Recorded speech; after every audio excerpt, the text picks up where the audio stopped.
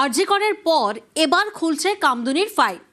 অপহরণ, ধর্ষণ, খুন ১৩ বছরেও মেলেনি বিচার। পালা বদলের পরে আশায় বুক বাঁধছে কামদুনি।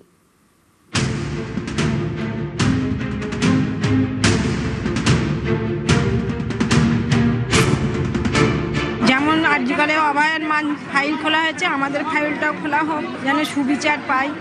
বিচার পাইনি, তার জন্য তো এখনো চোখের জল পড়ে। ওরা যেন সাজা পায়, তাহলে আমি শান্তি পাবো, আমার মেয়ের আত্মা শান্তি পাবে। 12,000 এফআইআর হয়েছে, ভবানী ভবনে পড়ে আছে। রিটায়ার্ড জাস্টিস মঞ্জুলা চেল্লুরের নেতৃত্বে কমিশন করে দিয়েছিল। 100% এফআইআর কে এফআরটি করে দিয়েছেন।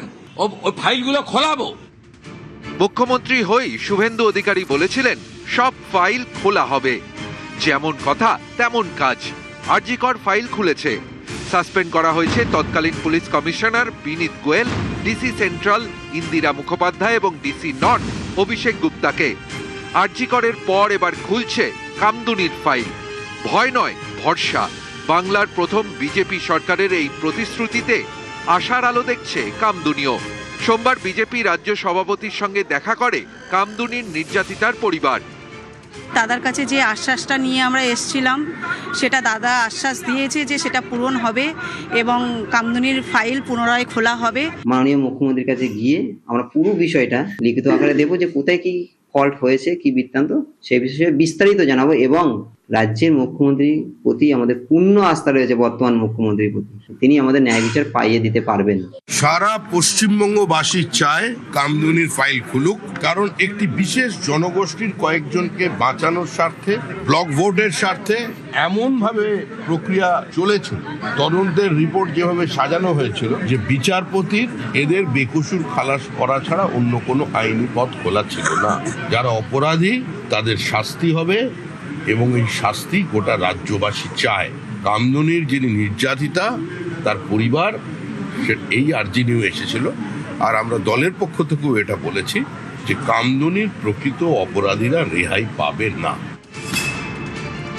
7 জুন 2013 দুপুর 2:20 উত্তর 24 পরগনার কামদুনি। বাড়ি ফিরছিলেন কলেজ ছাত্রী। তখনই তাকে টেনে হিচড়ে পাঁচিল ঘেরা পরিত্যক্ত জায়গায় নিয়ে যাওয়া হয়। তারপর গণধর্ষণ, নির্যাতন, খুন। এই যে বাঁদিকে একটা পরিত্যক্ত ট্রাস্টের কারখানা, ঠিক এখান থেকেই সেই তরুণীকে হাত ধরে ভেতরে ঢুকিয়ে নেওয়া হয়। সন্ধে 6:30 যখন বেজে যায়, তখন পরিবারের সবাই টর্চ নিয়ে, গ্রামের লোক টর্চ নিয়ে এধার ওধার খুঁজতে যায়। এই পরিত্যক্ত কারখানার জমিতে সেখানে একটা কেয়ারটেকার থাকার ঘর, আর সেখানেই চাটাইয়ের মধ্যে রক্তের দাগ, আশপাশে ছোপ ছোপ রক্ত পড়েছিল। তখনই সন্দেহ দানা বাঁধে। এই জমির একদম শেষ প্রান্তে যে পাঁচিল ঘেরা জায়গা, তার বাইরে একটি খেজুর গাছ। সেই খেজুর গাছের বাইরে ভয়াবহ অবস্থায় ওই তরুণীর দেহ দেখতে পায় গ্রামেরই এক যুবক। শরীরের যে বিভৎস রূপ, সেরূপ আমি ভাই হয়ে বলতে পারছি না। তার নাভি পর্যন্ত চিরে দেওয়া। এই ঘটনায় একে একে গ্রেফতার করা হয় 9 জনকে। 2.5 বছর পর কামদুনি মামলার রায় দেয় নগর দায়রা আদালত। মামলায় অভিযুক্ত 9 জনের মধ্যে বিচার চলাকালীনই মারা যায় গোপাল নস্কর। বাকি 8 জনের মধ্যে 6 জনকে দোষী সাব্যস্ত করে নিম্ন আদালত। এর মধ্যে 3 জনকে ফাঁসির সাজা দেয়, বাকি 3 জনের যাবজ্জীবন। এই রায়কে চ্যালেঞ্জ করে হাইকোর্টে যায় অভিযুক্তরা। নিম্ন আদালতে হওয়া ফাঁসির সাজা বদলে যায় আমৃত্যু কারাদণ্ডে। একজনকে বেকসুর খালাস করে দেওয়া হয়, সাজা কমিয়ে দেওয়া হয় বাকি 3 জনেরও। এই নির্দেশকে চ্যালেঞ্জ করে সুপ্রিম কোর্টে যায় নির্যাতিতার পরিবার।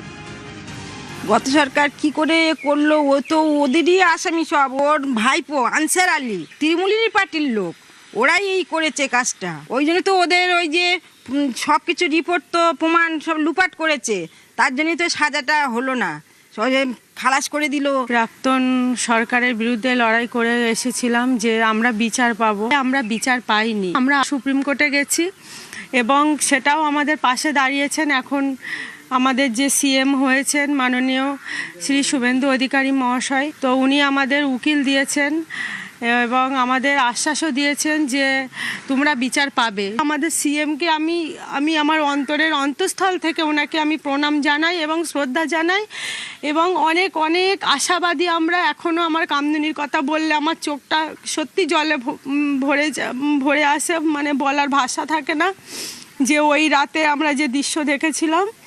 তো সেই জায়গায় দাঁড়িয়ে আজ আমরা অনেকটাই আশাবাদী যে আমাদের কামদুনির ফাইল আবার খোলা হচ্ছে। যখন হাইকোর্টে রায় দেয় তৎকালীন সময়ে আমাদের রাজ্যের বিরোধী দলনেতা ছিলেন শুভেন্দু অধিকারী মহাশয়, এবং সেই সময় আমাদের কেসের বিষয়ে যাবতীয় সাহায্য করেছেন এবং এখনো পর্যন্ত আমাদেরকে আশ্বস্ত করেছেন যে কামদুনি ফাইলও খোলা হবে খুব শীঘ্রই। রাজ্যের মুখ্যমন্ত্রীর প্রতি আমাদের পূর্ণ আস্থা রয়েছে, বর্তমান মুখ্যমন্ত্রীর প্রতি। তিনি আমাদের ন্যায় বিচার পাইয়ে দিতে পারবেন। সোমবার জনতার দরবারে মুখ্যমন্ত্রী শুভেন্দু অধিকারীর সঙ্গে দেখা করতে পারে কামদুনির নির্যাতিতার পরিবার। বদলের বাংলায় ভরসা পাচ্ছে কামদুনি, অপেক্ষা বিচারের। নিউজ 18 বাংলা।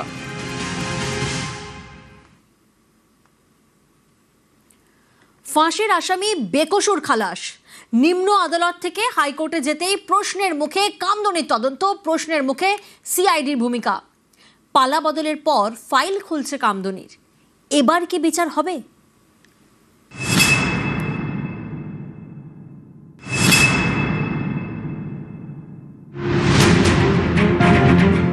নৃশংস অপরাধ। বাড়ি ফেরার পথে গণধর্ষণের শিকার কলেজ ছাত্রী, ধর্ষণের পরে নির্যাতন, হত্যা। এমন অপরাধের তদন্তেই গাফিলতির অভিযোগ। ছত্রে ছত্রে প্রশ্ন। বেকসুর খালাস, ফাঁসির আসামি। এটাই কামদুনির করুণ কাহিনী।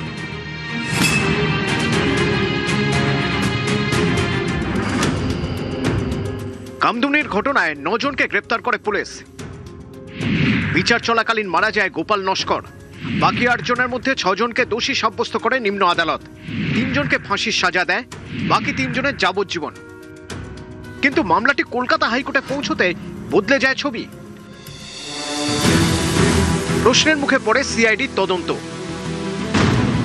আনসার আলী মোল্লা এবং সাইফুল আলী মোল্লার ফাঁসি হাইকোর্টে বদলে যায় আমৃত্যু কারাদণ্ডে। আর এক ফাঁসির সাজাপ্রাপ্ত আমিন আলীকে বেকসুর খালাস করে হাইকোর্ট। সাজা কমে যায় বাকি 3 জনেরও। কামদুনি মামলার তদন্তের মূল ভিত্তি ছিল 2টি বিষয়। 1, মূল অভিযুক্ত সাইফুলের জবানবন্দি। 2, ময়না তদন্তের রিপোর্ট। এই 2-এর ভিত্তিতে সিআইডি অপরাধ প্রমাণ করে দিলেও অপরাধের ভয়াবহতা প্রমাণ করতে পারেনি। ধর্ষণ, খুন প্রমাণ করতে পেরেছে, কিন্তু এই অপরাধকে বিরলের মধ্যে বিরলতম প্রমাণ করতে পারেনি। তাই দোষীদের সাজা হয়েছে, ফাঁসি হয়নি। কিন্তু নির্যাতিতার সঙ্গে হওয়া এমন নৃশংস আচরণের পরও কেন এই অপরাধকে বিরলের মধ্যে বিরলতম প্রমাণ করা যায়নি? আদালত কাঠগড়ায় তোলে রাজ্য পুলিশকে।